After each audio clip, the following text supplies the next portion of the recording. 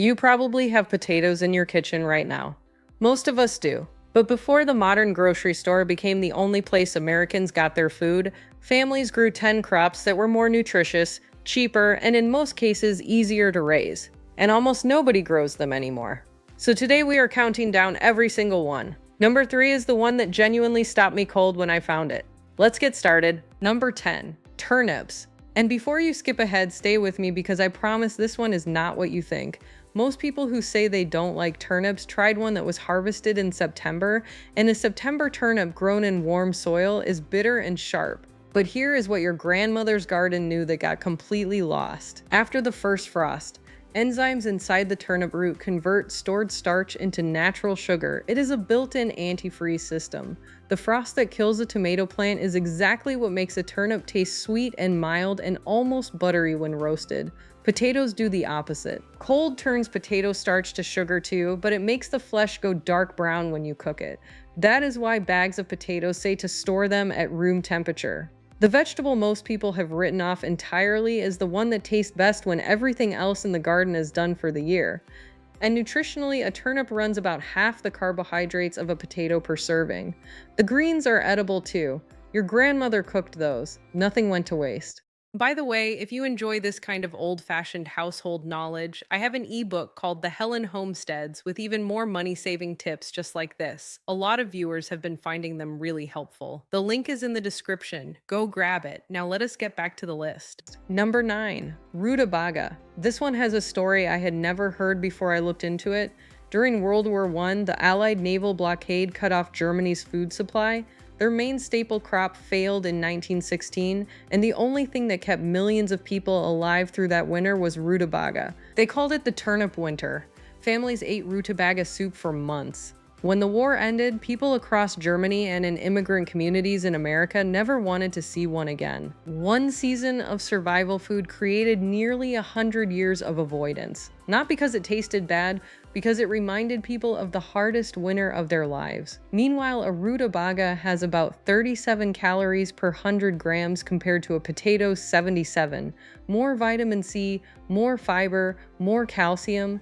Roasted with a little butter, it turns sweet and rich. If you can separate it from the history, it is one of the most underrated vegetables on a dinner plate. Number 8, parsnip.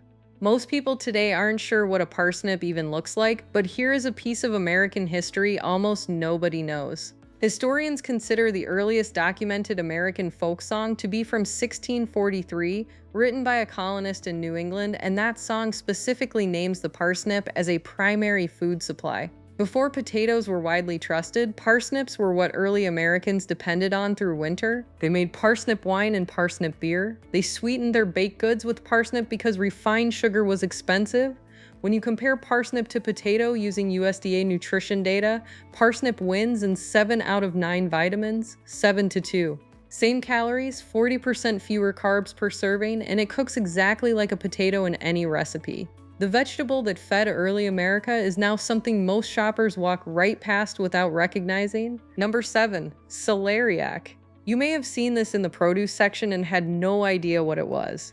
It looks like a pale, rough-skinned turnip, also called celery root. Per 100 grams cooked, celeriac has roughly 27 calories. A similarly prepared potato has 65, about 58% fewer calories at the same volume. It mashes, roasts, and works in soups anywhere a potato goes. More vitamin K, more phosphorus, comparable fiber.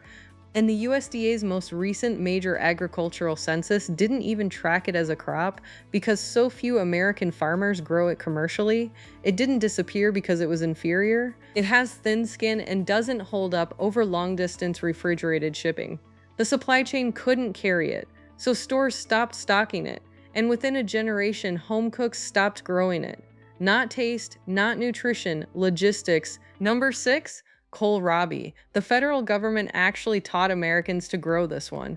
During World War II, official Victory Garden guides distributed by the US government included kohlrabi specifically because it was so reliable for beginners. The National Park Service records confirm that Victory Gardens in the 1940s made kohlrabi a genuine American diet staple. It grows in USDA zones 2 through 11, which covers nearly the entire country. It tolerates light shade and poor soil. 40 calories per cup, 0 fat, strong vitamin C and potassium, and within one generation of supermarkets taking over, kohlrabi disappeared almost entirely from the American table because it has a short shelf life after harvest and couldn't survive commercial distribution. So stores dropped it, home gardeners stopped growing it, and it vanished. Recent USDA data shows kohlrabi production increased 22% between 2020 and 2023. Americans are slowly rediscovering it on their own 80 years after the government first introduced it. Number 5. Scorzonera. I had genuinely never heard this name before I started researching this topic. It is a slender root vegetable with black skin and white flesh, common in Belgian and French kitchens since around 1660, still a winter staple in Northern Europe today, and almost completely unknown in America. At European specialty markets, it sells for $8 to $15 per kilogram. A $3 seed packet at your local garden center produces over 50 plants, yielding 5 to 10 kilograms of roots across 2 seasons. It is also a perennial. Plant it once and it comes back every year on its own. That $3 investment, grown properly, produces $40 to $150 worth of root at market price. It sits in the ground through winter and gets harvested fresh when almost nothing else is available. Your grandmother likely never grew it, but her grandmother in another country probably did. Number 4. Jerusalem artichoke. Also called the sunchoke. Native to North America, eaten by indigenous communities here long before European settlers arrived. In a 1980s Oregon field trial, researchers grew nearly 64,000 pounds of sunchokes per acre without any irrigation. Oregon potato fields, which are among the most productive in the world, yield around 53,000 pounds per acre with full irrigation. Sunchokes beat that by over 10,000 pounds without water. The primary carbohydrate in a sunchoke is inulin, which is a soluble fiber your body doesn't absorb the same way it absorbs starch. It does not raise your blood sugar. Per cup, sunchokes provide 28% of your daily iron and 18% of your potassium, according to the USDA. The honest caveat is that inulin ferments in the gut and causes significant gas for people new to it. Start small. Your grandmother would have told you the same thing, probably with a laugh. Number 3. Parsley root. Not the herb, the root. Hamburg parsley is a variety grown specifically for its thick white root, which looks almost identical to a parsnip. For most of the growing season, it behaves like regular parsley above ground and gives you fresh herb leaves all summer. In fall, you dig up the root, it stores through winter and adds deep, savory flavor to soups and stews. One plant, 2 completely separate harvests. Summer herb, winter root vegetable. The USDA puts parsley at more than double the vitamin C of a potato by weight. The root has been used in European kitchens for centuries. It was common in American immigrant household gardens well into the 20th century, and it is one of the most efficient plants you can put in a small garden space. Most people today have never heard of Hamburg parsley as food at all. Number 2. Skirret. This one predates potatoes entirely in European cooking. Before the potato crossed the Atlantic and got accepted as food, skirret was one of the most common starchy root crops in the Western world. Roman writings describe it.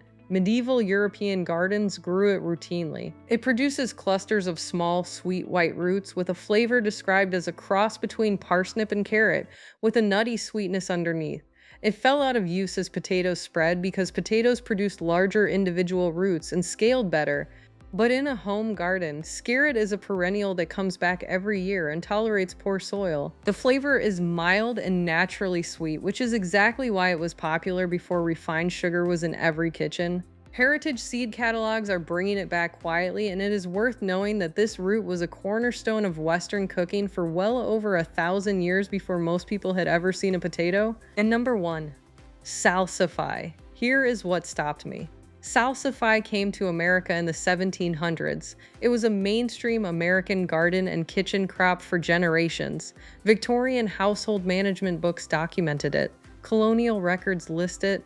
It showed up in official wartime food import lists because it was considered essential, and then refrigerated shipping arrived in the middle of the 20th century. According to Oregon State University Extension Research and Reporting from Mother Earth News, salsify fell out of favor specifically because the commercial refrigeration and shipping system could not carry it efficiently. It bruises too easily, it discolors quickly after harvest. The supply chain couldn't move it from field to store and keep it presentable. Stores stopped stocking it, and within a generation, Americans completely forgot it existed. The part that genuinely floors me is this. Salsify escaped from colonial gardens centuries ago and now grows wild on roadsides across America. It looks like a tall weed with a seed head almost identical to a dandelion puff. Millions of Americans drive past it every single day without knowing the root beneath it is the same vegetable their great-great-grandmother cooked for dinner. It's also called the oyster plant because the mature root tastes remarkably similar to oysters. Nutritious, edible, growing wild for free across most of the country, and almost nobody recognizes it. Your grandmother would have known it on sight. We forgot it in about 50 years. 10 crops, all of them more nutritious than a potato in at least one significant way, some of them growing in seed packets for $3 right now, one of them growing on the roadside near your house for free. The crops didn't fail us, we just stopped looking for them. Which one surprised you the most, or are you already growing something that didn't make this list? Drop it in the comments, I read every single one. YouTube thinks you'll enjoy this video next, so go check it out and I'll see you there.